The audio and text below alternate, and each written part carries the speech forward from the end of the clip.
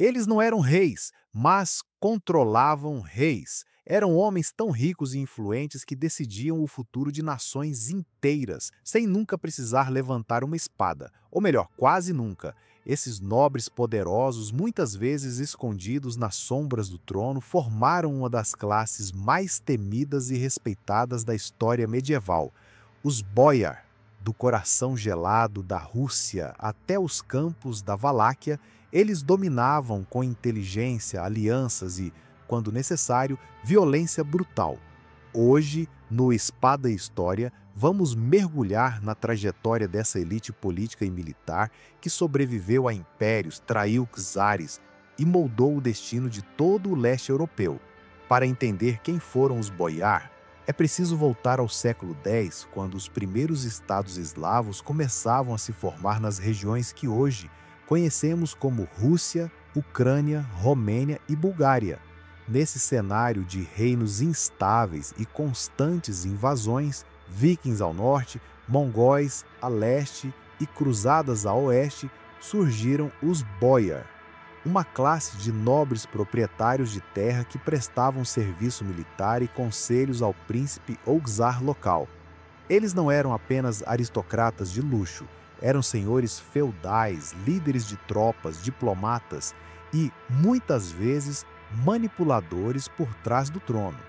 Durante os séculos que se seguiram, especialmente nos principados russos de Kiev, Moscou e Novgorod, os boiar se consolidaram como uma força política poderosa.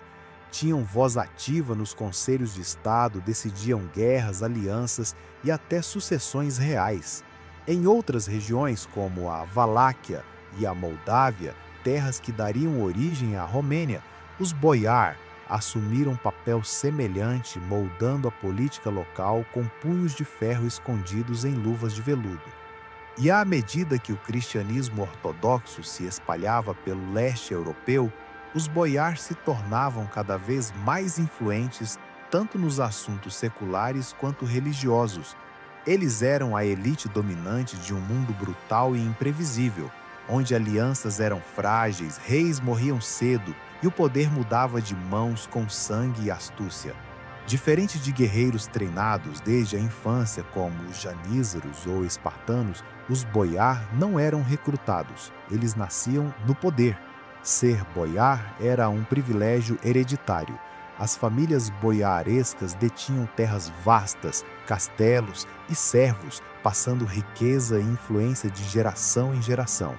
Mas isso não significava vida fácil ou sem riscos. Desde muito jovens, os filhos dos boiar eram preparados para ocupar cargos militares, administrativos e diplomáticos. Aprendiam línguas estrangeiras, técnicas de combate, estratégias de guerra e, acima de tudo, como sobreviver à política traiçoeira das cortes feudais. Em regiões como Moscóvia e Valáquia, a vida de um boiar oscilava entre dois extremos: o luxo opulento de seus domínios e a tensão constante de conspirações, traições e mudanças de poder. Eles podiam comandar milícias próprias, arrecadar impostos locais e até influenciar o clero, mas se caíssem em desgraça com o príncipe ou o czar, a punição era rápida e implacável. Muitos viveram com um pé no trono e outro no cadafalso. Lealdades mudavam com as estações e alianças eram seladas com casamentos, ameaças ou sangue. No cotidiano, os boiar eram figuras temidas e respeitadas. Andavam cercados por guardas, usavam roupas bordadas com fios de ouro e carregavam consigo o símbolo do seu status, o anel de autoridade, que valia mais que uma espada. Mas, apesar do prestígio, todos sabiam: um erro político, um boato ou uma simples suspeita, e toda uma linhagem podia ser apagada da história. Apesar de não serem guerreiros de linha de frente como os cavaleiros da Europa Ocidental, os boiar eram perigosamente bem armados e, quando precisavam lutar, sabiam como se impor. Sua principal arma não era só a espada, mas a autoridade militar. Os boiar lideravam tropas locais conhecidas como druzinas, milícias formadas por servos armados, cavaleiros vassalos e até mercenários estrangeiros. Mas, em campo de batalha, o próprio boiar costumava montar um cavalo de guerra pesado, usando armadura laminada de escamas metálicas ou cota de malha eslava reforçada com couro grosso. Suas armas variavam conforme a região e a época, mas entre as mais comuns estavam sabres curvos de influência oriental, ideais para cortes rápidos a cavalo, machados longos com lâminas ricamente decoradas, símbolo de status e violência, lanças cerimoniais usadas tanto para combate quanto para ostentação, e, em alguns casos, arcos compostos herdados de tradições estepeiras, como os dos cumanos e tártaros aliados. Além disso, muitos boiar carregavam uma adaga curva não só como arma de emergência, mas como um símbolo pessoal de nobreza e sangue. Mas a arma mais perigosa de um boiar era o controle sobre as forças armadas da região. Com um simples selo ou carta, podiam convocar centenas de homens ou mandar queimar uma aldeia inteira. Eles não precisavam empunhar uma espada para matar, bastava um decreto. Os boiar não eram apenas nobres de gabinete, eles estavam lá, nas trincheiras, nas muralhas e nas decisões que selavam o destino de reinos inteiros. Durante a invasão mongol de 1237, muitos boiar lideraram pessoalmente a resistência nas principais cidades da Rus. Foi o caso da lendária defesa de Ryasan, onde um contingente de boiares lutou até o último homem contra os exércitos de Batu Khan. A cidade foi queimada, mas os nomes dos que caíram entraram para a eternidade. No século XIV, durante a ascensão do Grão-Ducado de Moscou, os boiar foram peças-chave nas guerras de unificação da Rússia. Eles controlavam exércitos locais e decidiam se apoiariam o czar ou um rival, e muitas vezes mudavam de lado conforme o vento político. Um dos momentos mais emblemáticos foi a Batalha de Kulikovo, 1380. Ali, sob o comando do príncipe Dmitri Donskoy, vários boiar moscovitas lideraram alas inteiras da cavalaria russa contra os tártaros da Horda Dourada. Foi uma vitória monumental, mas não sem custos. Centenas de boiares caíram, transformando o campo de batalha em um cemitério de escudos nobres. Mais tarde, durante o período das perturbações, 1598 a 1613, os boiar mergulharam o país no caos. Alguns financiaram exércitos privados, outros se aliaram a invasores poloneses. A Rússia quase deixou de existir. E tudo começou com disputas entre boiar por poder. Eles não eram apenas guerreiros, eram reis sem coroa, movendo peças num tabuleiro sangrento que moldou o destino do maior país do mundo. Muita gente imagina os boiar como apenas aristocratas preguiçosos, sentados em salões dourados, afastados da realidade. Mas isso é apenas metade da história e muitas vezes uma deturpação moldada por crônicas imperialistas posteriores.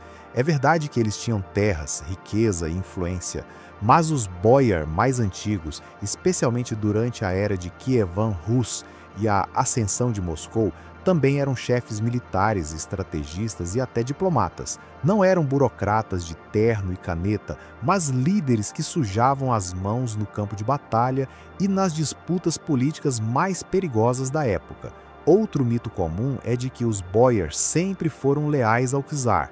Na prática, muitos agiam como senhores feudais independentes, negociando alianças e mudando de lado conforme seus próprios interesses. Durante o período das perturbações, por exemplo, vários boiar traíram o trono russo e apoiaram até invasores estrangeiros.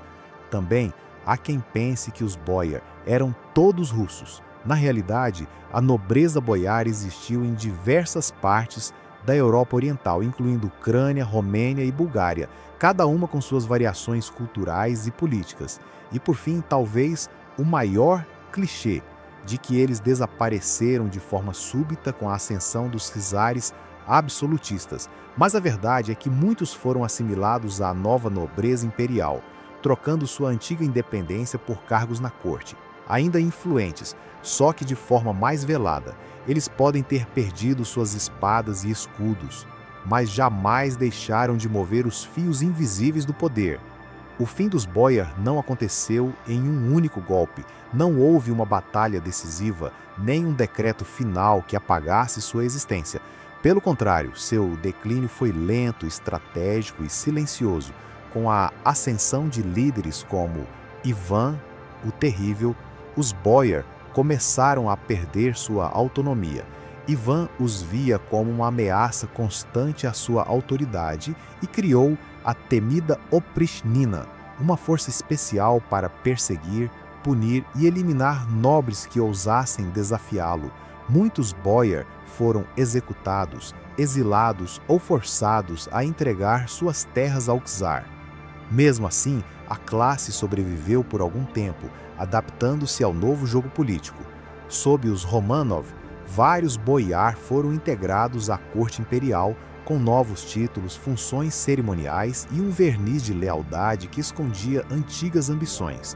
Mas o golpe final veio com Pedro, o Grande, determinado a modernizar a Rússia e destruir os pilares da antiga nobreza. Ele aboliu oficialmente o título de boiar em 1722, substituindo-o por um sistema de mérito estatal, a tabela de patentes. Com isso, os Boyar deixaram de ser uma força política independente, mas seu legado vive até hoje. Eles moldaram o território, as guerras, as alianças e até a cultura da Rússia e de outras nações eslavas, e mesmo que seus castelos tenham ruído, a memória dos Boyar continua ecoando em documentos, lendas e nos salões dos museus que um dia foram suas casas. Homens de espada e palavra, de ambição e estratégia, de glória e tragédia. Eles começaram como conselheiros, se tornaram senhores e por séculos governaram terras, exércitos e destinos com o peso de um nome, Boyar. Mas o mundo muda e até os mais poderosos precisam escolher se adaptar ou desaparecer. Os Boyar foram símbolo de uma era em que o poder vinha da terra, da linhagem e da espada. Hoje são lembrados como parte da fundação de reinos, da ascensão dos czares e da própria alma da Rússia medieval. Mas e você?